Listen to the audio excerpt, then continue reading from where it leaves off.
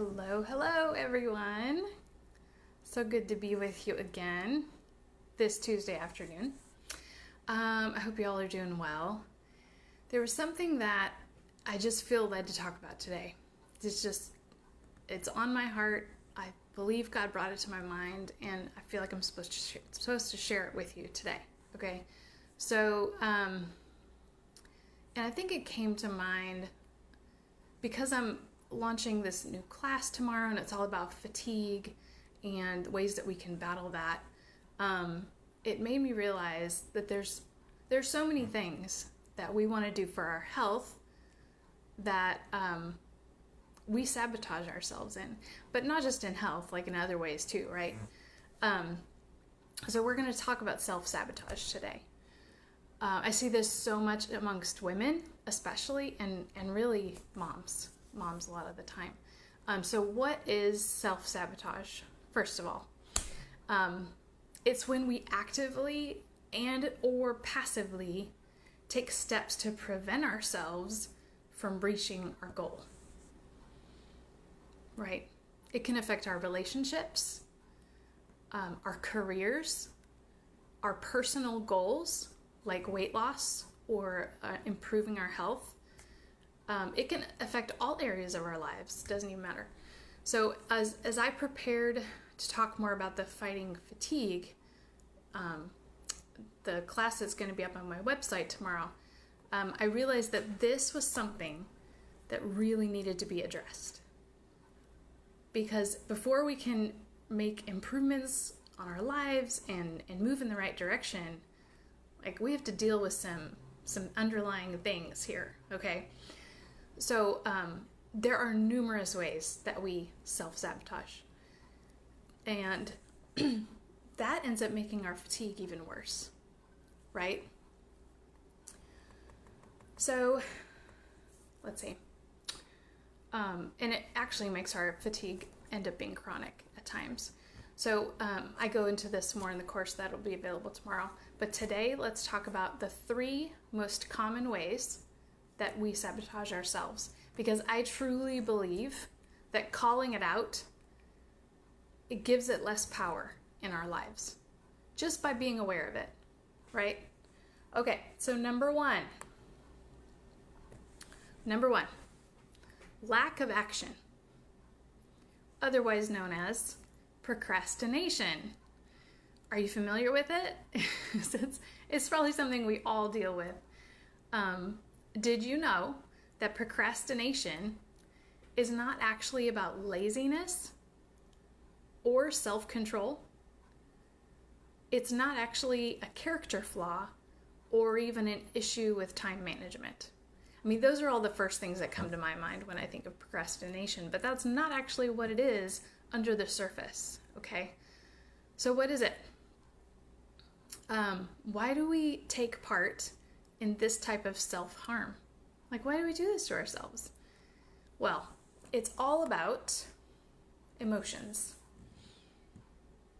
It's a way that we cope with challenging and negative emotions that come up around a certain task. So some of the feelings might be boredom, anxiety, insecurity, frustration, resentment, self-doubt. Procrastination doesn't make the feelings go away, does it? But delaying the task gives us a short-term reward. So we repeat it and we create a habit.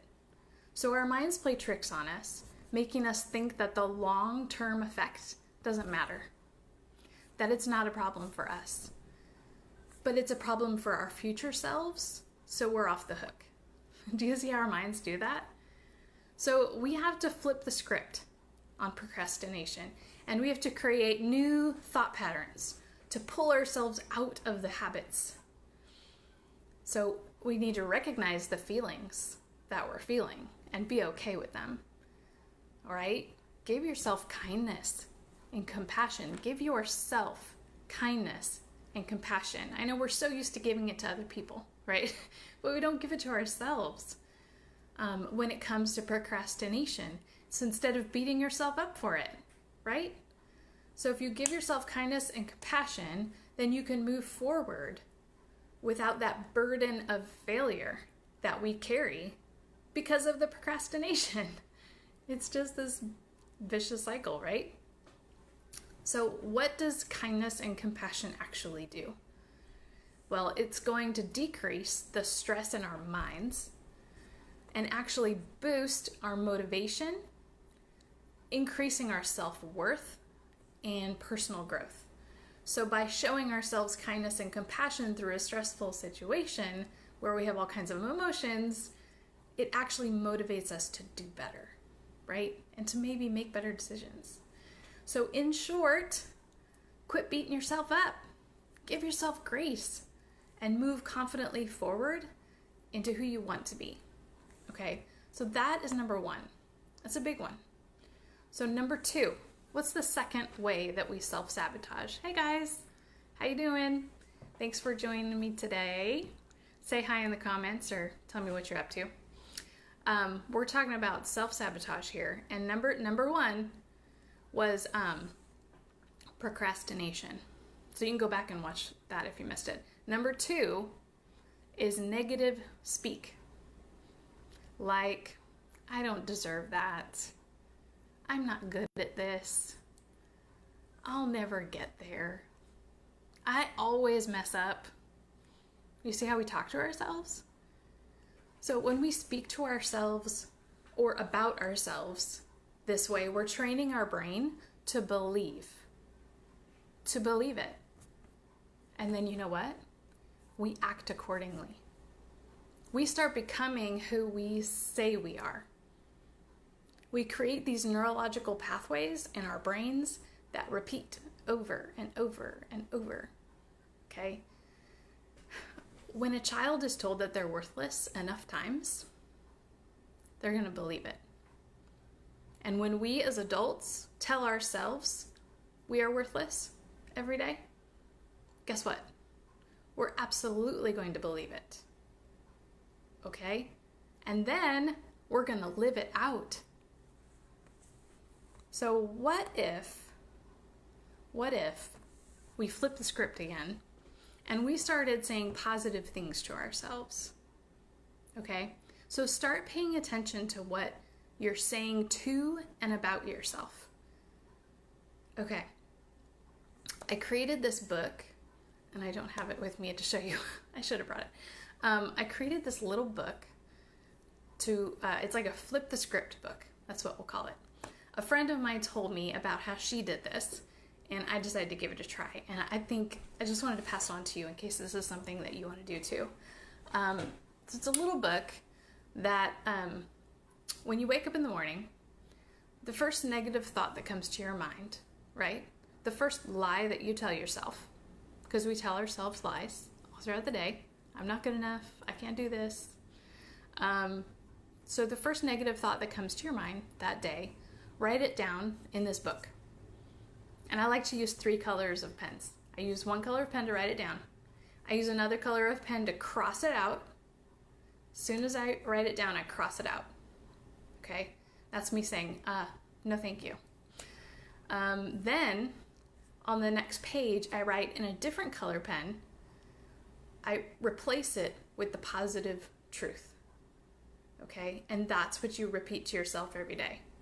So if the negative thought is, I'm not as good a mom as so-and-so, okay, cross it out. And then on the other page, you write the truth, which is, God designed me to be the mom that my kids need. Right? Whatever the actual truth is, and I encourage you to seek out that truth. Okay? Because God will tell you that truth if you ask him. Read scripture. You will find it in there. Okay? So whatever that truth is, write it on the next page. And that's what you repeat to yourself. We are retraining our brains. Okay? All right, so that's number 2. And number 3 is we knowingly make destructive choices. So have you ever watched someone make a choice in their life and it just destroys them? I mean, it's like their whole life just explodes. It's so painful to watch, especially when it's someone close to you, right? And maybe you're that person. I think we've all made destructive choices to some extent in our lives. So why do we do this, right? So the stress of actual decision making can cause us to make the wrong decisions. We are so afraid of regretting a decision that we make that we end up making a bad one.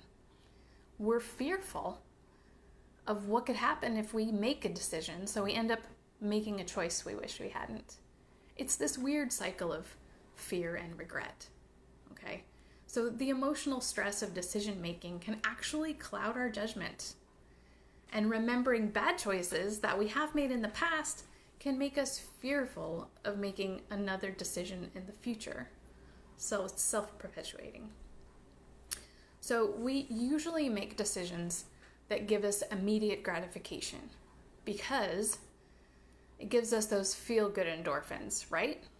We want to feel good about it right now. So that's the decision we make. Sometimes we might actually have fatigue from making too many decisions, too many difficult decisions. And as parents, I think we can all understand that. And then we freeze up and we don't want to make any decisions, which in and of itself can be a bad decision, right? So also trying to do too much, multitasking, okay, can make it easier to make the wrong decisions because we're juggling too many balls in the air, we've got too many plates spinning. So if you find yourself making bad decisions for that reason, decide if there's a plate that you need to lay down. Okay, maybe you just have too much going on. So it's important to be aware of these flaws in our decision-making process, and we need to recognize the stress that we're feeling about a decision.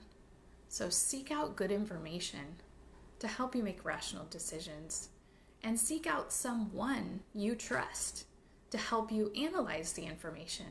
Because sometimes all of that can just be so overwhelming when we're trying to do it on our own, right? So notice that everything we've talked about today, like all three of these things, are issues of the mind. So it ultimately comes from us. That's why it's called self-sabotage, right? So the positive side to this is that we have more control over our self-sabotage than we think we do. You get to determine your mindset. You get to retrain your brain. Speak life over yourself. Be empowered by that concept and see how it can change your life for the better. Okay? So tomorrow, now that I've given you the pep talk, just know that the fatigue course is going to be available tomorrow, and I'll announce that here today or tomorrow morning. And then, of course, all these videos are on YouTube too. So if you'd rather watch them over there, they will all be, they won't be live over there, but they will be uploaded over there. So you can always reference them there. Just make sure you subscribe so that you can be notified when there's a new video available. I would love to see you over there. And my website is befullwell.com. That's where you can access any of the courses, okay? So I hope you have a wonderful day. It was so good chatting with you. Ashley, okay, gotta go, but have to catch this. Okay, so if you gotta go, you can come back and watch it later. It's gonna be here for you later. Okay, so I hope you all have a wonderful day and pay attention to how you're talking to yourself, okay?